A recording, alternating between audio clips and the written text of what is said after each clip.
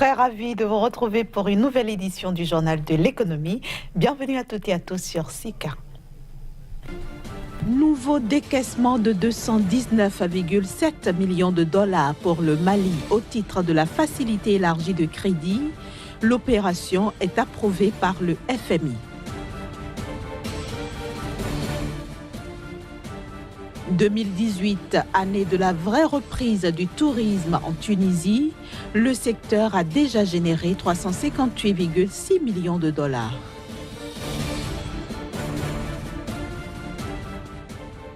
Enfin, Maradi, la capitale économique du Niger, s'affiche comme étant une plaque tournante du commerce illicite du carburant.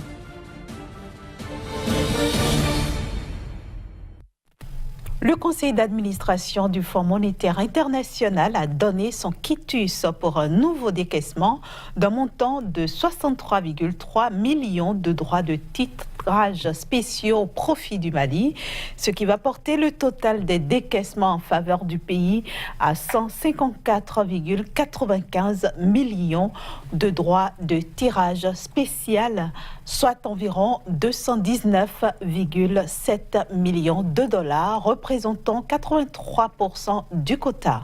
Le nouveau décaissement intervient dans un contexte où la croissance du PIB du Mali est restée robuste, estimée à 5,3% et soutenue par de bonnes récoltes et une demande intérieure robuste.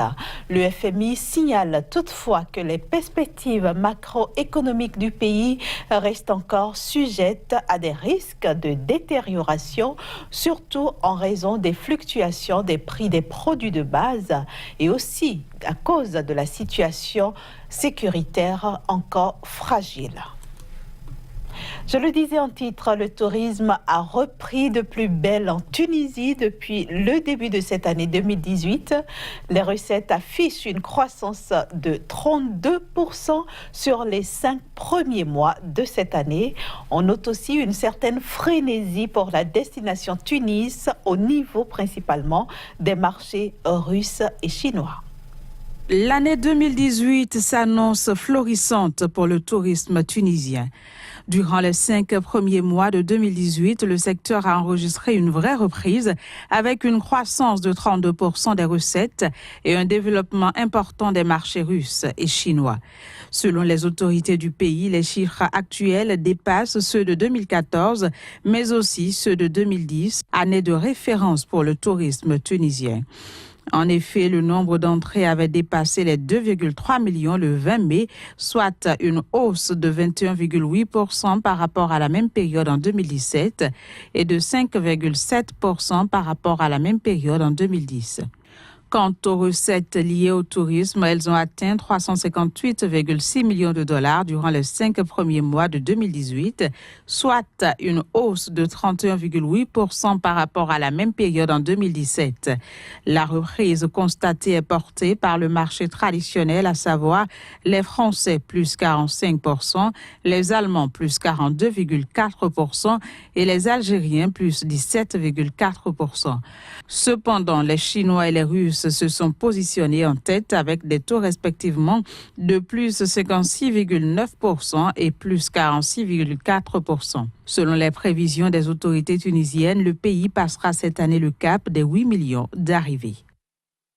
Kenya espère atteindre cette année une production de 46 millions de sacs de maïs, ce qui représenterait une hausse de 43,7% de plus que le stock précédent qui avait touché le niveau le plus bas depuis 2009 en se chiffrant à 32 millions de sacs.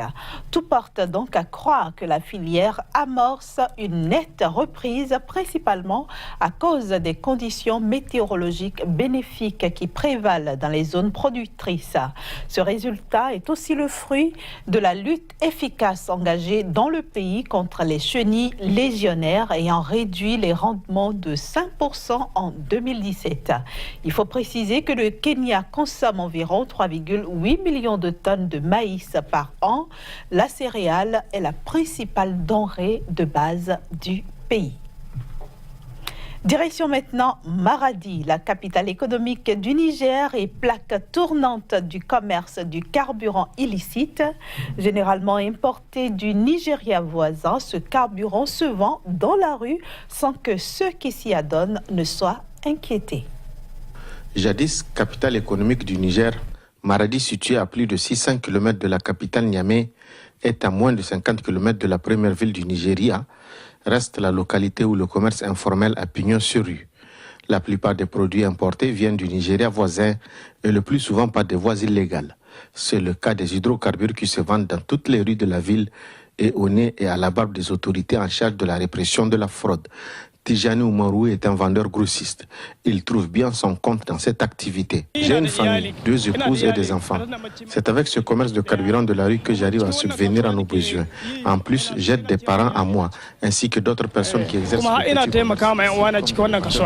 À Maradi, ce commerce est très florissant car la majorité des automobilistes ne consomment que le carburant vendu en détail dans les rues de la ville. Ils le trouvent moins cher, 250 à 300 francs CFA le litre, contrairement aux stations-service où le litre coûte 540 francs CFA à la pompe. Nous consommons ce carburant de la rue parce qu'il coûte moins cher que celui vendu dans les stations-service. Nous savons que le carburant vendu dans les stations est plus propre et plus sécurisant pour les moteurs des voitures. Les responsables des stations-service se plaignent du développement de cette activité. Elle porte un coup dur au développement économique de la région et du pays en général. Ils se demandent vraiment si l'État n'a pas failli à ce niveau. Je ne peux pas comprendre des gens qui prennent des motos, ils prennent des carburants, à peu près 1 tonneau par moto. 1 tonneau par moto. Ils rentrent ils passent par la voie normale, hein. Ils passent devant l'autorité. Ils voient ce qui se passe. Ces gens ne réagissent pas. Depuis novembre 2011, le Niger est rentré dans le cercle des pays producteurs du pétrole. La société de raffinage basée à Zender se trouve à environ 400 km de Maradi et la société nigérienne des produits pétroliers dispose d'un grand dépôt dans la capitale économique. Ses responsables aussi se plaignent de la vente illégale des hydrocarbures. Ça réduit de façon considérable nos ventes, surtout que la Sonidep, c'est la seule société qui a le monopole d'abord d'importer ou d'exporter le produit dans le pays. Et la présence de cette façon de vendre le produit dans la rue mine de façon considérable à l'économie du pays. À mission dans la région de Maradi, le directeur général adjoint des douanes a malheureusement fait l'amer constat de la situation. Il promet des mesures pour endiguer le fléau qui mine l'économie du pays. Nous avons donc pu rencontrer les autorités à tous les niveaux, donc au niveau gouvernemental, et nous leur avons demandé vraiment d'accentuer ou quand même d'augmenter le soutien par rapport aux agents des douanes dans le cadre de la lutte contre la fraude en général et surtout contre la fraude des hydrocarbures en particulier. À Maradi, le commerce informel est le secteur le plus développé, une activité qui touche plus de 80% de la population. Et c'est la fin de la première partie de ce journal de l'économie. La suite, c'est avec Casimir Pédior que nous retrouvons dans quelques secondes. Bienvenue à vous, Casimir Pédior. Bonjour Inès. Alors, nous allons en Côte d'Ivoire aujourd'hui pour nous intéresser à la production de caoutchouc qui prend de l'ampleur dans ce pays.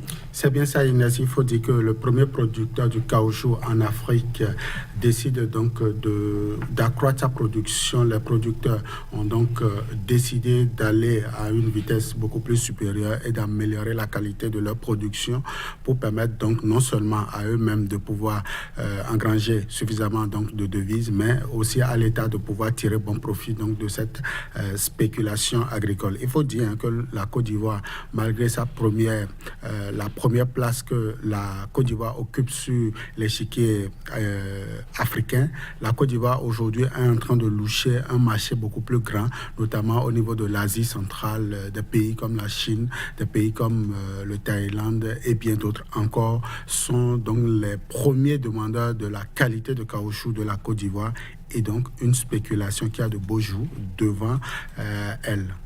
Une spéculation qui reste quand même encore minime en Côte d'Ivoire, puisque le pays n'a fourni que 3% de la production mondiale et au niveau africain, moins de 5%. C'est vrai, Inès, il faut dire que la spéculation n'est donc pas très attendue au niveau donc, de la Côte d'Ivoire pour la simple raison que les devises issues donc, de la production et aussi de la maigre transformation donc, du caoutchouc au niveau de la Côte d'Ivoire n'attire pas beaucoup donc, de producteurs. Il faut aussi dire que jusqu'à aujourd'hui, cette production est réservée à une couche de producteurs qui aujourd'hui sont traités donc d'agriculteurs très pauvres, et donc ce n'est pas la masse populaire qui donc transforme ou bien va à la production du caoutchouc pour la simple raison que le prix à l'achat aujourd'hui ne permet pas à ces producteurs de véritablement faire face. Dans un pays où vous avez déjà le café et cacao qui ont une valeur beaucoup plus supérieure que le caoutchouc, beaucoup de producteurs préfèrent ces deux spéculations au caoutchouc. Pour le petit exemple, en 2017, par exemple, le prix du caoutchouc, le kilogramme du caoutchouc a tourné autour de 350 et 467 selon donc les structures donc de notation à l'international, ce qui ne favorise pas aujourd'hui l'engouement dans le secteur. Mais l'État a trouvé le juste milieu pour davantage motiver ces petits producteurs à véritablement accroître leur superficie. Et on annonce pour le compte de la saison 2018, on annonce environ 300 000 hectares qui seront donc mobilisés pour une production d'environ 650 000 tonnes. C'est quand même une bonne production en ce qui concerne donc cette place que la Côte d'Ivoire veut occuper sur le plan international. Kazmi Pédion, vous avez évoqué la transformation comme au niveau de toutes les autres spéculations. Le constat est que la transformation n'est pas encore... ne connaît pas encore, on va dire, ces beaux jours. C'est vrai, Inès, la Côte d'Ivoire ne transforme que 26% donc, de sa production en ce qui concerne donc, le caoutchouc, ce qui pose un véritable problème pour un pays qui aspire véritablement à donner une plus-value à son économie. La Côte d'Ivoire doit pouvoir donc redoubler d'ardeur avec ses investisseurs, notamment la Chine et aussi la Thaïlande, qui aujourd'hui sont les premiers demandeurs. Il y a aussi le Malaisie, il faut le dire, qui sont donc les trois demandeurs donc, du caoutchouc au niveau de la Côte d'Ivoire, sauf que jusqu'à aujourd'hui, le brut donc, de caoutchouc est donc exporté vers ces pays et il va falloir réduire la quantité de brut qui va à l'extérieur. C'est le défi que s'est lancé non seulement le gouvernement ivoirien, mais l'association dans le domaine, je veux parler de la Promac, qui sont en train donc de redoubler d'ardeur pour trouver de nouveaux investisseurs pour pouvoir accroître la capacité de transformation du caoutchouc sur le marché international. Aujourd'hui, Kazmi Pédion, la Côte d'Ivoire louche 750 000 tonnes de caoutchouc en 2020.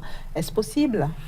C'est possible si on voit donc la croissance du secteur ces 5 dernières années. Il faut dire que selon les statistiques au niveau du domaine, environ 7,69% de taux de croissance a été noté ces 5 dernières années au niveau donc de la production. Mieux, la Côte d'Ivoire a découvert d'autres sites, d'autres localités donc du pays qui sont favorables à la production du caoutchouc. Il s'agit bien évidemment du centre de la Côte d'Ivoire, du nord-est et également une partie donc du nord-ouest qui sont aujourd'hui favorables à la production du caoutchouc. Et donc d'ici les 2 prochaines années, la Côte d'Ivoire pourrait donc atteindre le seuil des 750 000 tonnes, voire 800 000 tonnes en termes de production, si véritablement cette terre arrivait donc à être mise en valeur, annonce donc l'association du domaine, je veux parler de la Promac. Merci beaucoup Kazmi Pédion. En tout cas, c'est tout le mal qu'on peut souhaiter à la Côte d'Ivoire.